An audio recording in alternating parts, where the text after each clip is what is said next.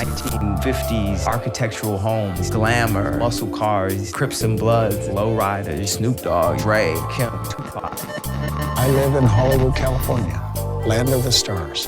In the meantime, don't go near this area. South Central Los Angeles. It is a time for Hollywood to examine the images that it presents of black people and other minorities. No, this is the time for America to look how they look at minorities. People look at gangbangers and say, why do they gangbang?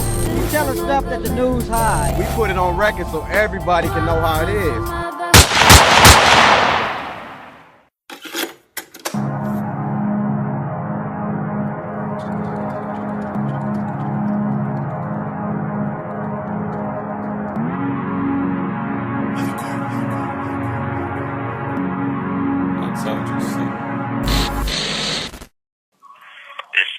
I'm Donut, also known as Big Screwloose from the 90s. I've been involved with that pretty much my whole life. Like, I was one of the homies that was, my older brother, Big Mike Brown, was one of the first waves that started our neighborhood. So I was like the toddler that they taught how to throw up gang signs when we was young. Way back when, I started banging, 10 years old. You know what I'm saying? It was like a family thing back then, you know what I'm saying? Everybody was family, it was a community thing. We protected the community. I got started in it, I kind of grew up in the culture, you feel me? My brothers, my sisters, they boyfriends, everybody, you know what I mean, that I was around coming up was in the culture. So, you know, as a young nigga, I just liked it. My brother is Yellowstone, Little Yellowstone from Black Keystone. He from Black Keystone, Biddy. Everything from Crenshaw to La Brea. I remember he had came home one time, him and his little Mexican friend, Angel. And they had came home with like scratches and shit, like, you know, and like, no, we got to fight playing basketball with you. And it turns out they had actually got put on that day already.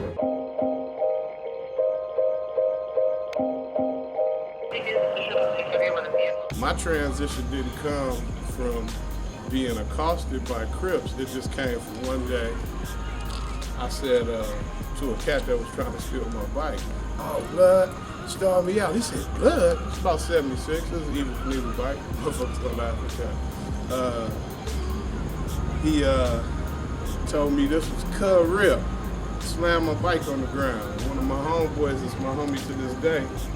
Black Dan said, "Hold up, that's my little young partner," you know what I'm saying? And it stuck to me that day that the world was changing and everybody wasn't hollering blood. Back in the day, everybody was cool. All Crips, everybody was homies, but they started having little personal animosities between everybody, and then it transformed into what it is today. You start seeing different cliques, hoods warring within hoods, you know what I'm saying? Different cliques. It was no loyalty. Somebody do something to somebody over here, they were like, "Oh, that's the homie though." Right. So now his homeboys want to get them, and they start revolving into cliques. Yeah, originally it was two sides, and they was really separate gangs. You had the 9-0 Hoovers, and you had the 9-0 gangsters. And the 9-0 Hoovers was originally from different other Hoover sets that eventually formed their own set, which was the 9-0 Hoovers. And at the same time, my brother Big Mike Ryan, rest in peace, he had started his own little circle, which was the 9-0 Budlongs. And due to his contact with Big Disco from 9-0 Hoover, he ended up just kind of merging our side with their side, and we all became 9-0 Hoovers. But later on, when war broke out over the killing of Auntie Ransom from 107 Hoover, then the Hoover was dry. And we went through just different forms of growth at that time. First, we was just 9-0. Then it was 9-0 Warriors. Then we went to 9-0 West Coast. And eventually, we ended up in the Rolling Car neighborhood Crips. It was like a family thing back then, you know what I'm saying? Everybody was family. It was a community thing. We protected the community. It's a whole different environment now because 90% of the people that's out here banging is people's kids. How it used to be back in the day, a lot of this shit wouldn't be going on right now. You know, you got a lot of this younger generation, it's a lot of, you know, buster niggas getting put on, you know, just to say they gangbang. So this is where all the snitching come in, all the not being loyal to the homies because they figure they can get protected by their mothers or their fathers. And it changed the whole world of gangbanging. It wasn't none of that going on. Like, you know, it wasn't no talking, it wasn't no turning nothing down, it wasn't none of that bitch shit that niggas be doing, like all that, you know, social media gangbanging and shit like that. Niggas wasn't doing none of that. It was like really like hardcore crippin' out here. The way it's changing is back then there was more, there was a chain of command. Now there's no structure. Like the young kids, they running around doing whatever they want. Back then, if you did something, there was consequences. Now there's none. You got a lot of tough guys because they got a lot of their parents, like I said, a lot of their parents is in the gangs. They living behind their parents. Oh, you can't tell me what to do. My mama can't tell me what to do. Man, I'm not your mama. Right. Your mama love you. I don't give a damn about you. Right. You know what I'm saying? Either you respect me or you respect the gun. Right. So you gonna respect something. People that knew him, you know, really just knew what it was. Like he walk in the room and that's somebody you just automatically respect. He demanded, you feel me? So it's not something that like he asking for. You know, he walk in the room and people get at him. I don't know how I got to it. I think they did think this is a game. As far as like, you know,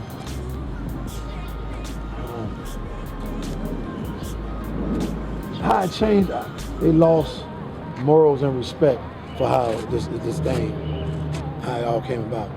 That, the dope, the snitching, no loyalty in the game no more. Back in the 80s, 70s, the rule was, nigga, we don't care who you tell on. If your brother brought you to the set, your brother gonna kill you.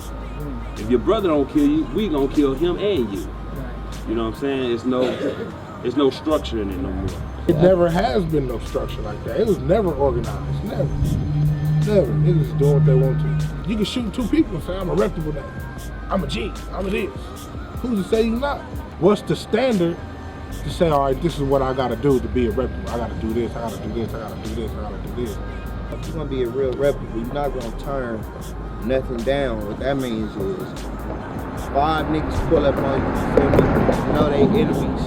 And they bang on you, you gotta bang back. You feel me? Shit like that. It's, damn, we riding to the store. Fuck that, bro. Don't go to this store. We gonna go to the store over here, you feel me? The shit like, it's just all type of shit. Like I said, it's you with your homeboys and y'all at a party, you feel me? I might just wanna go have a good time. But if my homeboy see an enemy, see somebody he don't like, you feel me?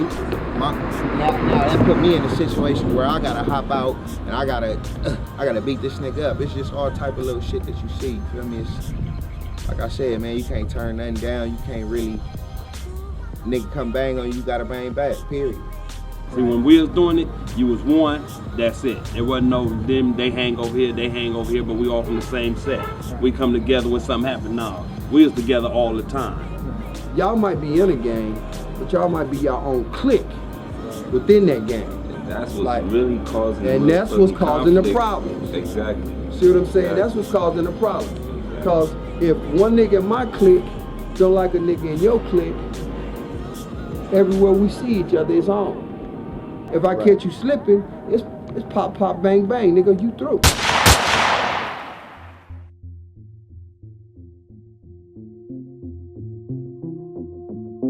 I'm crippin', Compton, nigga. Police in the pump, motherfucker. Nigga, I'm a motherfucking black sheep, nigga. Let me pour a drink for my homie, cuz. Pour a drink for my homie, my dead homies and all that. Personally, I seen people get shot. I seen people get stabbed, you know what I'm saying? The main thing I see is people going to jail. That's the biggest part. Like, you know, aside from the killing it's not that bad. Like, people think it's just killing like every day, every hour, but no, it's more people going to jail every day, every hour, every moment for a system that they set up, you know, for us to indulge in so they could lock us up. Most of our people, we right there, and they get right there, they drink, and then so of course they get caught up in a cycle. And like right now, the police might come to you, but you don't have it.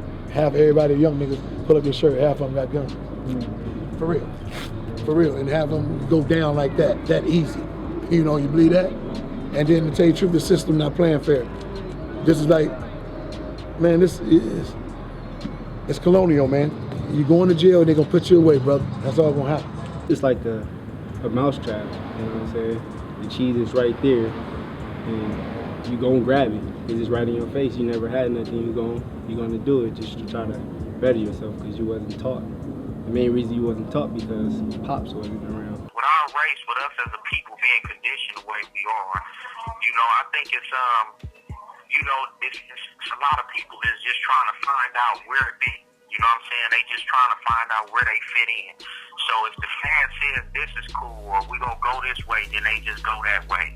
You know what I'm saying? And then the ones that don't have no guidance and haven't been parented, you know, some of them have been parented right, but they decided to go the routes that they go. You know what I'm saying? It's because they just jumping on the bandwagon of what is. You know what I'm saying? So they feel that it's cool, so this is what they doing. How many brothers you know got a plane that can go overseas and bring it back over here? Right.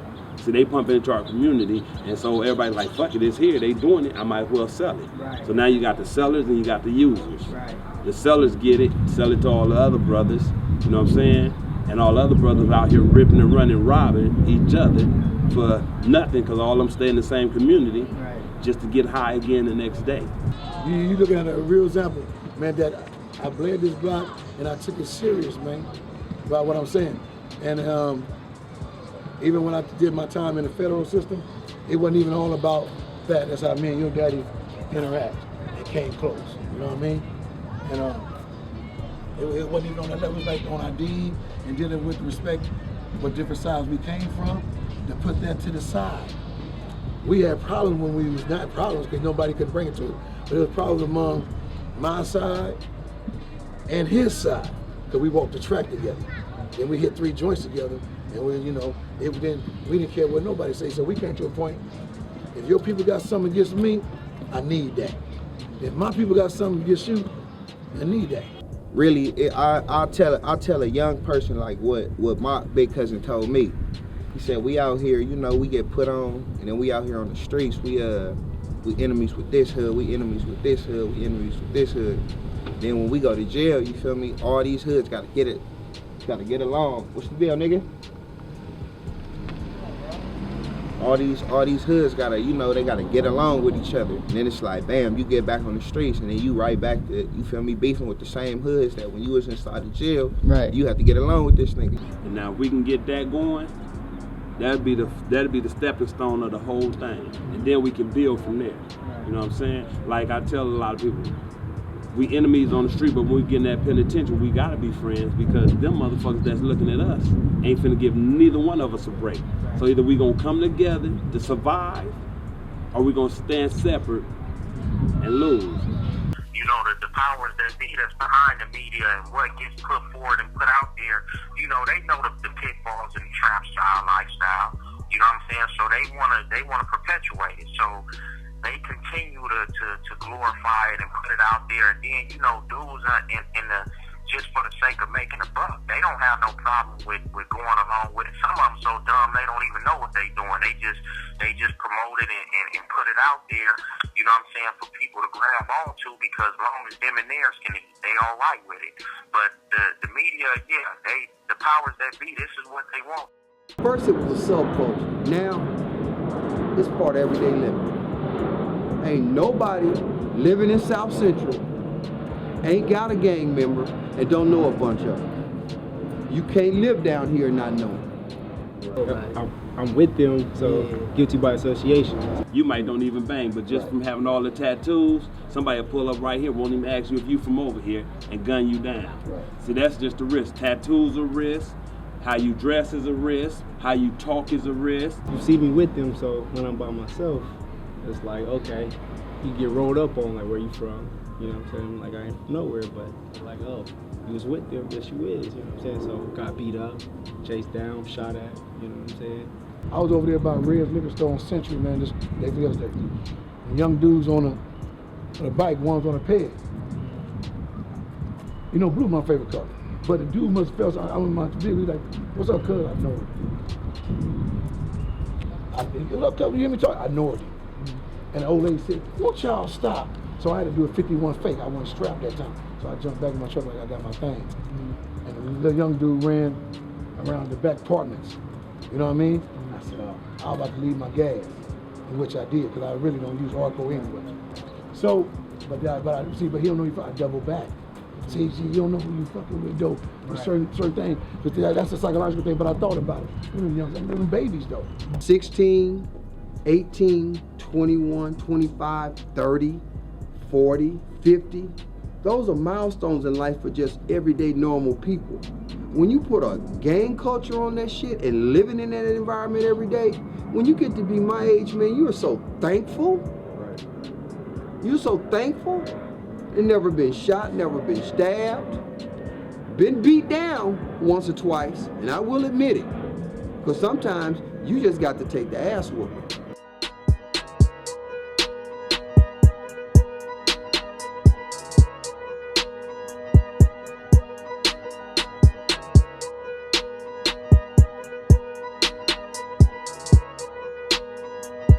You know, I went through a lot of struggles just as a kid, you know what I'm saying, and not understanding what trauma does to the mind and does to the psyche and the long-term effects. You know, I seen my older brother murdered in front of me when I was 12 years old.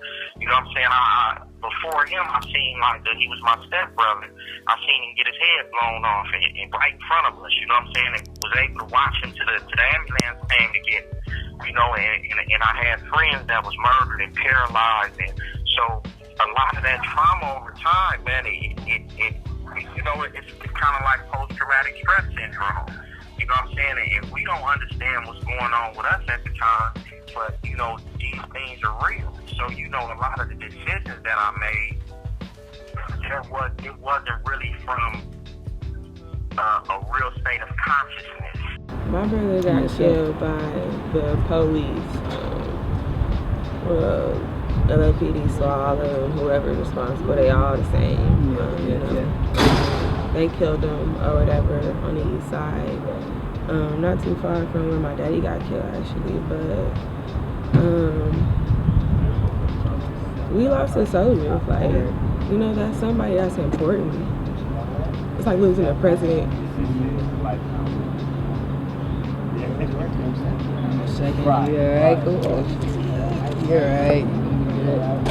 It's a few things that really, like, you know, opened my eyes to this shit and made me want to, like, you know, just kind of go in the other direction.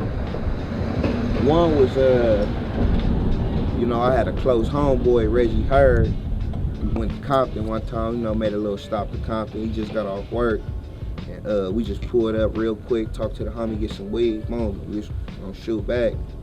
Boom, some niggas had some little beef going down with the, you know, with whoever, you know, but long story short, some niggas pulled up, they shot my homeboy right in front of me, you feel me? They ain't say nothing, just down the street, boom, boom, boom, boom, boom, boom, boom. Shot a few times, you feel me? My homeboy got hit twice, died in my arms. It was that, and then that kind of like opened my eyes to this shit. And then that's what really made me start, you feel me, taking this football shit serious again, made me hop back on the football field. So it's them two things that really, like, made me, you know, turn around, go in the other direction. Like this little young brother that just walked by, straight A student in college. I make sure don't nobody say nothing to him. Let him go to school, let him do his thing. You know what I'm saying? Straight A student. But one day he came out here with a gun. We like, oh man, I'm so tired of motherfuckers. I'm like, bring that gun here. He gave me the gun. It's in my house to this day. He don't ask for it or nothing. But he still makes straight A's at college. You know what I'm saying? So when you get finished with college, man, you get out of here, you're gonna look back like, damn, I'm glad the big homie stopped me. A real one gonna be like, yeah, bro, go do your shit, bro. Woo, woo. Buster, oh, bro, you leaving the hood, you feel me? You turned down, you scary, woo, woo, woo. I try to push a higher consciousness to them, you know what I'm saying, and a higher understanding of where we need to go and what we need to be doing. You know what I'm saying? It's not about just destroying one another and you know, pushing as much dope as we can push, so on and so forth. You know, it gives me an opportunity to try to share something with these dudes of the consciousness I learned. Just remain solid, you feel me? Don't be, you know, like a scary nigga. Just remain solid, like, you feel me? If you attracted to that gangbang life, Like, man, that shit it's not all what it seems. You know, you don't gotta get put on to be, you know, to be hard. We all gonna be scared at one point in time, you know, scared at a job interview, scared, you know what I'm saying, to do certain things just because, you know, that's a part of life, and people are content with not facing that fear, you know, to make change.